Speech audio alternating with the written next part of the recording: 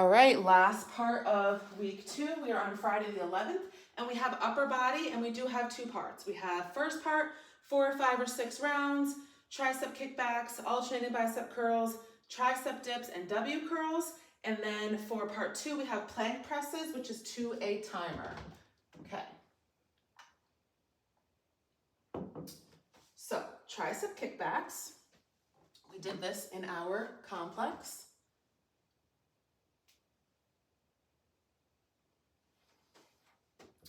Alternating bicep curls.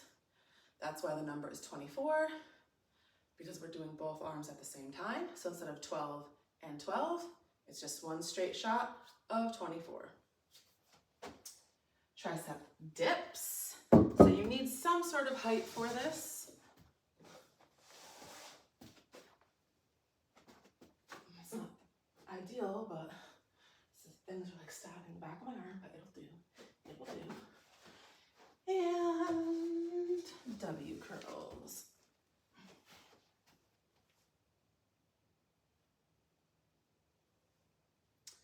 Then part 2, we have plank presses, which are not fun.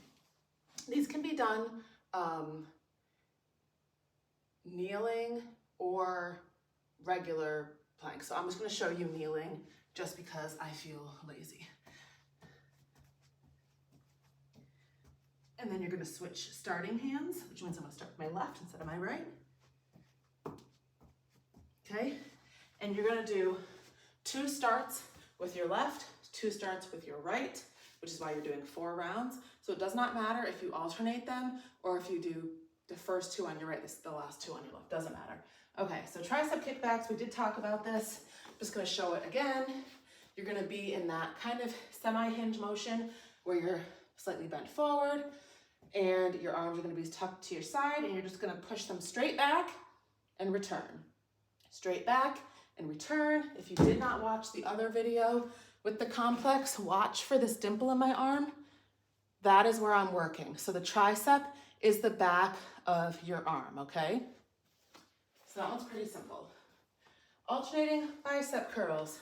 So again, like I said, you're counting to 24 because we're doing alternating. If we were doing per arm, you would just do 12, then switch sides 12. We're alternating them, so we're counting to 24. So your bicep curl can be here, 1, 2, 3, 4. I personally always learned to rotate up. So I start with mine on my side. Some people start with their palms up. I start on the side, I rotate up into my curl, rotate back down. 2, 3, 4.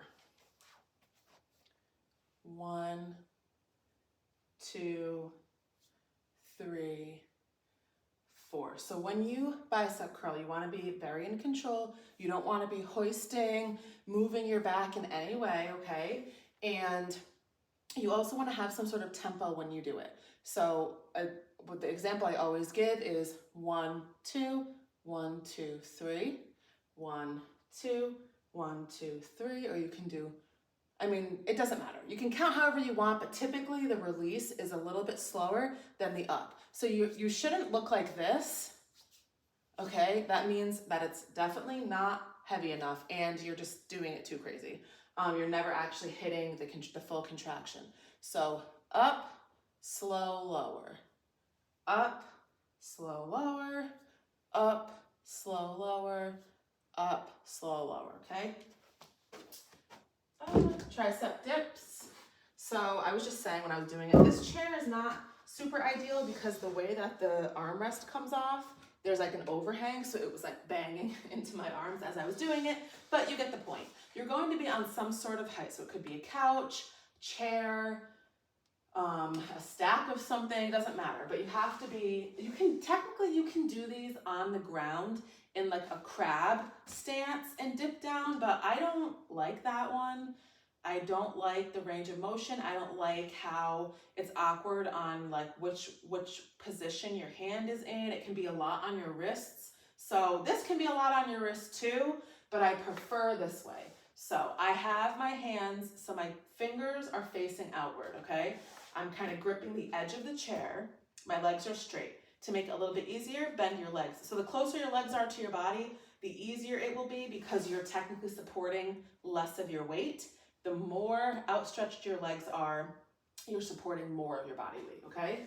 So you're gonna get down and you're just going to sink down, press up, sink down, press up, sink down, press up, okay? This again is working the back of your arms. So some people do have an issue with the tricep dips because they do, like I said, can be tough on your wrist. They can be tough on like your shoulder area. It makes you kind of, I feel like, put your body in a weird position. So if that is too much for you, you can just pick a different tricep exercise or you can just do something else instead.